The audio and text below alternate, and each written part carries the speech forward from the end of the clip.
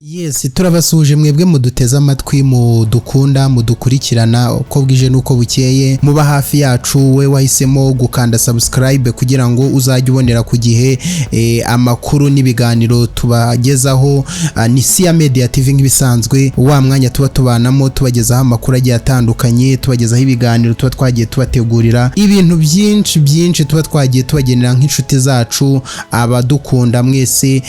Icyo tukwibutsa nimba nawe utari wadukurikirana no kumanuka ugakanda kuri subscribe kugira ngo uzajye ukurikirana ibiganiro byacu bya buri munsi. Mu gihe umaze kureba ibiganiro byacu cyangwa umaze kumva amakuru tuba twaguteguriye, tugusaba gukanda like, ugakanda share cyangwa ugakanda comment ukagira ibyo tubwira ku butumwa bwawe bwiza, rero nabwo turabusoma. Uyu munsi rero mu makuru yacu turagaruka ku ndege y'intambara y'ingabo za Repubulika ya Demokarasi ya Kongo. Ku munsi w'ejo yagabye ibitero muri Minembwe, twakita yuko ari byo kwikora mu nda, kuko ni ibitero byagabwe bidafite mbega uburyo byasobanurwa n'umuntu wundi ushobora kuba yabibonye, kuko byagiye bihitana ubuzima bw'abasivile benshi bw'abaturage batuye muri Minembwe, bikangiza ibikorwa remezo, mbega ibintu byinshi cyane bigiye bitandukanye byagiye bihagendera. Nk'uko twari tumaze kubibabwira, umunsi w'ejo indege y'intambara ya Repubulika ya Demokarasi ya Kongo yagabye ibitero byinshi mu mujyi wa Minembwe, ubu ngubu uri mu maboko ya Twirwaneho. Uyu mujyi ukaba uherereye muri Kivu y'Amajyepfo. Nk'uko bitangazwa n'uyu mutwe wa Twirwaneho, uvuga ko ibi bitero byibasiye imisozi ya Kiziba iriho ibitaro bikuru bya Minembwe, ukabaho na universite nkuru yo muri Minembwe, ukabaho amashuri yisumbuye n'urusengero rw'abametodiste. Ibi ni bimwe rero mu bikorwa remezo byagiye bigirwaho ingaruka n'ibi bitero byagiye bigabwa n'iyi leta ya Kongo. Ni mu gihe rero ubu ngubu hamaze igihe kinini humvikaniye intambara ishyamiranyije hagati ya Repubulika Iharanira Demokarasi ya Kongo n'umutwe wa M23. Ubu rero n'uyu mutwe wa Twirwaneho nawo mu gihe gishize umaze utangaje yuko wifatanyije na M23. Ubu ngubu leta ya Kongo nayo iwugeraniye iwugabaho ibitero umunsi ku munsi, mbega ari ibintu ubona yuko nabo bamaze kwitandukanya n'ubutegetsi bita yuko butabumva, butabatega amatwi, bita yuko ari ubutegetsi bubi kuri bo, ubutegetsi buyobowe na Perezida Antoine Félix Tshisekedi wa Repubulika ya Demokarasi ya Kongo. Twirwaneho abatuye Minembwe n'abavugira abanyamurenge bavuga ko ibi ari ibitero bigamije kwica abasivile bo mu bwoko bw'abanyamurenge muri aka gace. Uyu mutwe rero wamaze gutangaza yuko nyine ibi bitero nk'uko twabibabwiye byagiye bigabwa na leta ya Kongo, bigamije kwibasira abaturage b'abanyamurenge batuye muri uyu mujyi wa Minembwe. Ibi rero akaba ari bimwe mu bintu byagiye bibabaza uyu mutwe wa Twirwaneho, bigatuma rero nabo bavuga bati ibyo ari byo byose uko tubibona M23 irimo irarwanira ukuri, akaba ari nayo mpamvu nabo mu gihe cyashize bahisemo kwifatanya nabo. Bamwe mu bashyigikiye uruhande rwa leta bumvikanye mu binyamakuru byo muri Repubulika ya Demokarasi ya Kongo bavuga ko ibi bitero bigamije gusa gusenya ibibuga by'indege bya Minembwe, ni ukuvuga ngo ni ikibuga cy'indege cya Minembwe n'ububiko bw'intwaro za Twirwaneho. Nyuma y'uko rero uyu mutwe wa Twirwaneho umaze gutangaza yuko uri ku ruhande rwa M23, nk'uko hari indi mitwe nayo yagiye yifatanya na leta kugira ngo bahangane na M23.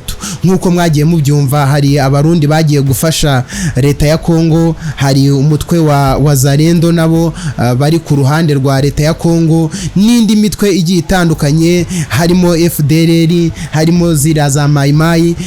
Ni imwe mu mitwe yagiye ijya ku ruhande rwa leta ya Kongo kugira ngo nyine bifatikanye mu kurwanya M23.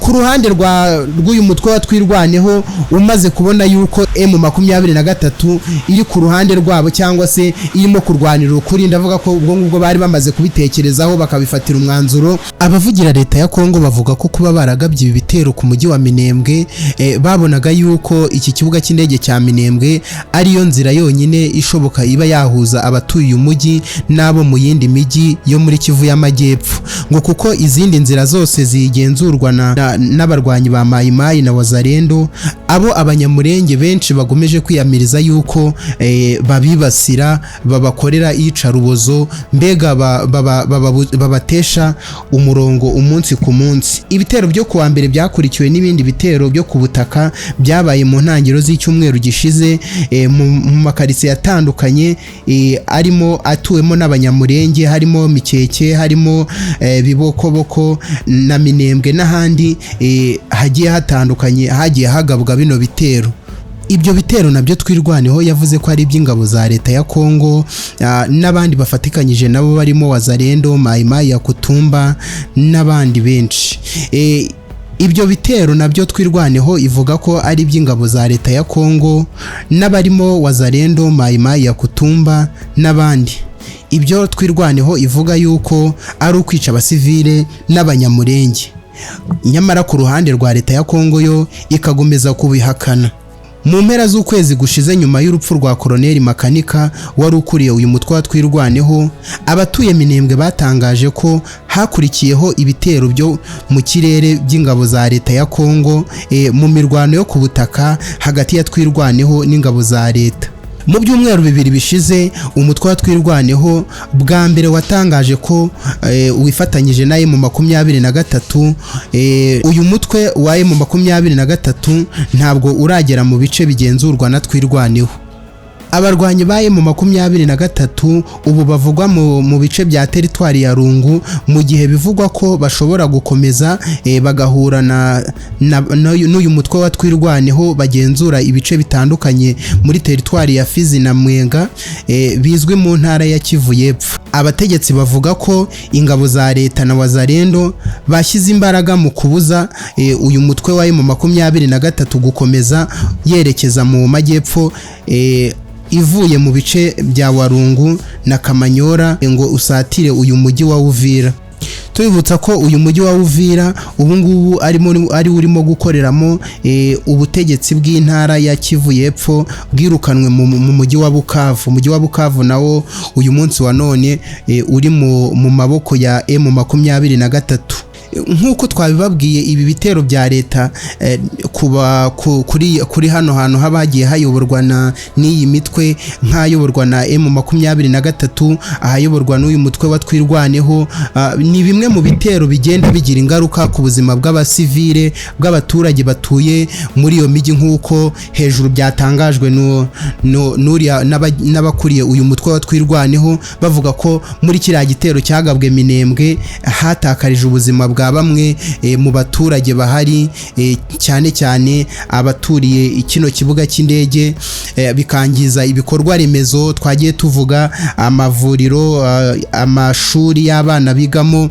Mbega ni ibintu ubona yuko bigomeje kugenda byangiza ibikorwa remezo bimwe na bimwe bidasize ubuzima bw'abaturage baba batuye aho ngaho, dore ko iyi mitwe uko ikomeza kugenda yihuza igenda bose icyo bahuriyemo ari ukwamagana ibikorwa bya leta ya Kongo ihagarariwe na President Antoine Felix Tshisekedi, bashinza yuko bifatanya n'iyi mitwe yindi za FDLR, Wazalendo, Mai Mai, bakifatanya n'ingabo z'abarundi uyu munsi nazo ziri mu bitero muri Kongo zifatikanyije na leta ya Kongo, bakabashinza rero yuko bagomeza kugenda batuma ubuzima bwa benshi, ubuzima bw'abaturage bagiye batandukanye bugenda buhatakarira, ibikorwa bimwe na bimwe bikangirika, ibintu impande zose zitavugaho rumwe mu bijyanye n'uburyo bagakwiriye kubana. Turi buze kuza gukomeza kubakurikiranira amakuru uko bimeze, uko byitwaye hirya no hino, tubibutsa ko ari Sia Media TV nk'ibisanzwe, aho mugomeza kudukurikirana. Amakuru yose tuyabagezaho, ibiganiro bigiye bitandukanye. Wowe utari wakanda subscribe, kanda subscribe usoza ikiganiro cyacu, ukande like na share kugira ngo n'abandi babikurikirane.